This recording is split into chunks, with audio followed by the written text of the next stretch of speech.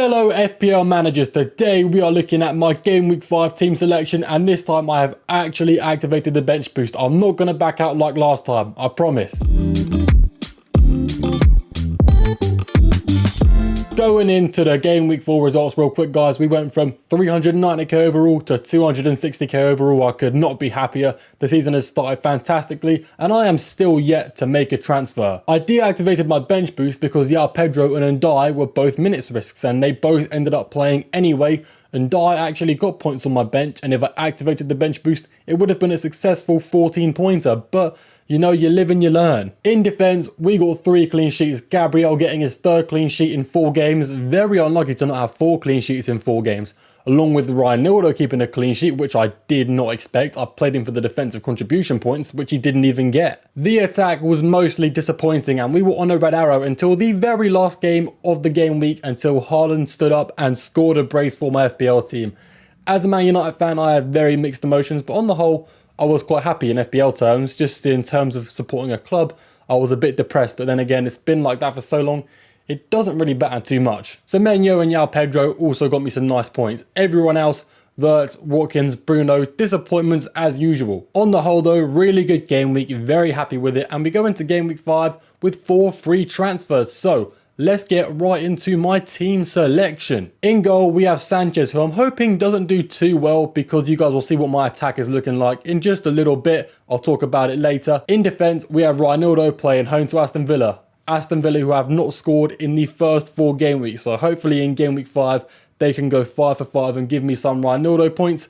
Next to him, we have Pedro Porro, who in 4 game weeks in has not had a goal involvement yet, which is unlike Pedro Porro. I think he'll get one soon. Playing away to Brighton could give him a good opportunity because they are not super strong defensively. And despite Nottingham Forest's poor form and no clean sheets this season, I am holding on to Nico Williams because away to Burnley and home to Sunderland is 2 fixtures you simply cannot ignore. I know Ange taking over Forest from Nuno definitely doesn't help the Nottingham Forest defence whatsoever, and we saw it against Swansea in the midweek, but God please, just give me a Nottingham Forest clean sheet before game week 6 is over. So on the whole, not the strongest defence, but it was still hard to pick defenders, which is why I've gone with the bench boost, because I think all 5 of my defenders have potential to get some returns. We will now go into the midfield, and we have new signing plus my FPL team captain, Brian Mbeumo. Now this is definitely a bold move, selling Verts to Brian Mbeumo while having Bruno in my team for a double Man United attack against a Chelsea team, which isn't half bad, is quite risky. But if you guys have been watching my videos earlier this game week, you will know Brian Mbeumo is 2nd in the league for expected goal involvements behind Erling Haaland, which, you know, he's in a league of his own, so Mbeumo is basically 1st in the league if you cut out Erling Haaland. He's only got 1 goal in 4 games. Realistically, he could have 2 goals and 2 assists. If he was playing at Brentford, he probably would, but as we all know, Man United sort of likes to ruin players. I'm hoping though, a player from Mbeumo's quality surely does not lose his finesse. He doesn't lose his goal scoring form. He doesn't lose his creative potential just because he's at Man United, since he's already Premier League proven, or at least I'm hoping that's the case. He's not the most amazing captain to have, but I'm an underlying data man and the fixture isn't awful. Playing home to Chelsea isn't a red fixture, it's a grey fixture. Chelsea's defence has been alright. Their expected clean sheets and expected goals conceded is relatively mid-table. Another thing about Mbeumo is that he is also on set pieces now. I know Bruno has the penalty still, yes, that's true. But Bruno shares free kicks with Mbeumo and he shares corners with Mbeumo now. I can't remember which side it was, but they split it 50-50. Sometimes when Shaw is on the pitch or Amaz on the pitch, Bruno doesn't take corners full stop. So we're taking a risk with Mbeumo because he, in my opinion, is the best option I have. While we're on the topic, we'll talk about Bruno Fernandes. He is on penalties. He does have creative potential. He does have goal scoring potential. He does have defensive contributions potential. And I was going to put him captain, but now I've got new transfer Mbeumo in the team. I simply cannot pass it up. I think at least one of these guys is going to get some returns. I'm just hoping it's Mbeumo. I think Bruno is more likely to return, but Mbeumo's ceiling is higher. Like, the guy's underlying data is on par with Semenyo, so he has every chance to get a massive haul since Semenyo already has 2 double-digit hauls. What's stopping Mbeumo? Anyway, enough of these Man United players now. They're on set pieces, they're fairly expensive, the underlying data's alright, they both have a good chance of returning. On to Semenyo now. Now, playing home to Newcastle could actually be a good fixture for Semenyo, but Newcastle's defence, underlying data-wise, is actually the best in the league, slightly above Arsenal's, which I did not expect. And the Newcastle fixture run hasn't exactly been spectacular either, so I was quite shocked to see that. So Semenyo, while I do have hope for him because he's like the best player in the league right now, I don't think he's going to get a massive return against Newcastle, but he could get a goal involvement. We then finish off the midfield four with Ndiaye away to Liverpool. Now, on paper, Ndiaye playing away to Liverpool is a very tough fixture, and you know what, for Everton, it is.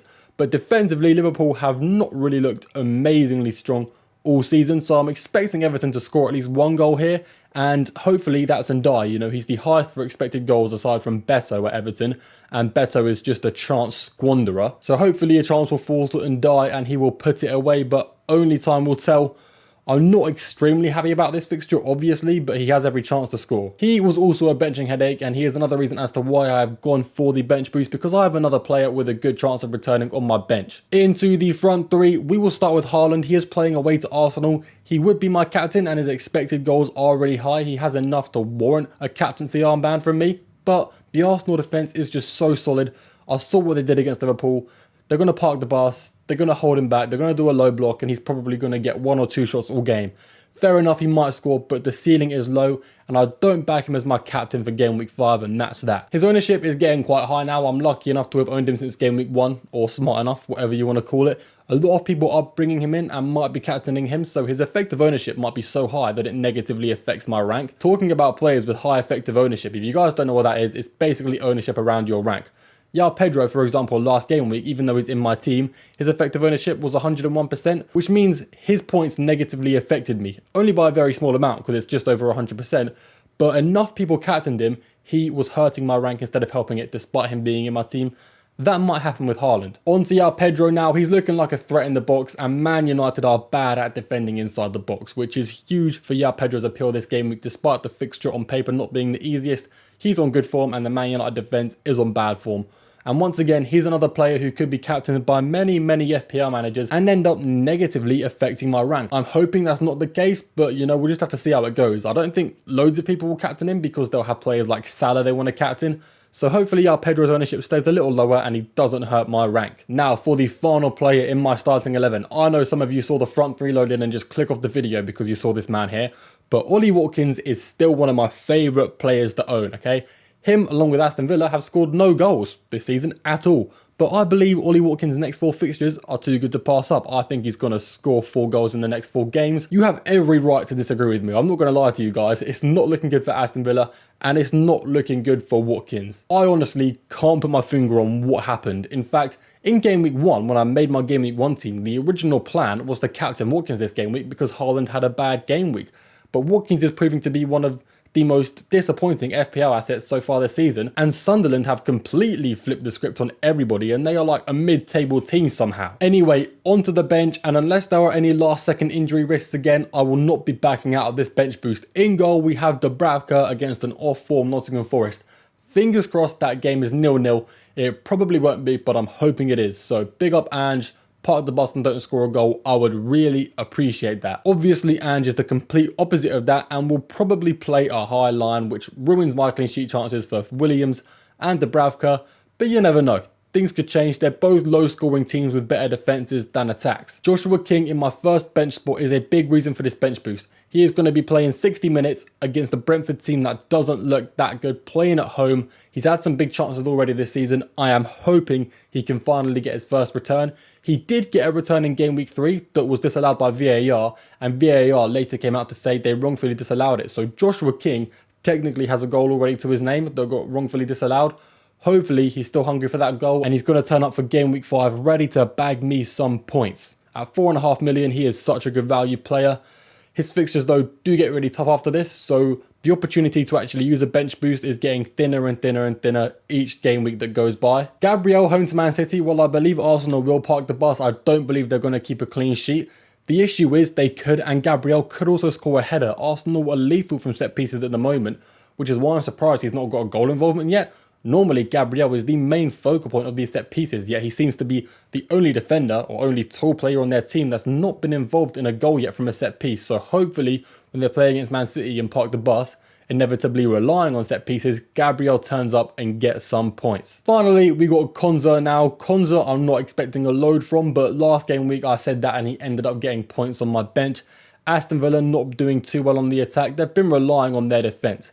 Even though they conceded so many expected goals last game weeks, they somehow held on. So hopefully they do it again, because I doubt they're going to hold it down against Sunderland. Sunderland are probably going to get some big chances. Anyway, guys, if you did make it this far, thank you very much for watching. You are greatly appreciated. Make sure you like and subscribe, and I will see you all in the next video.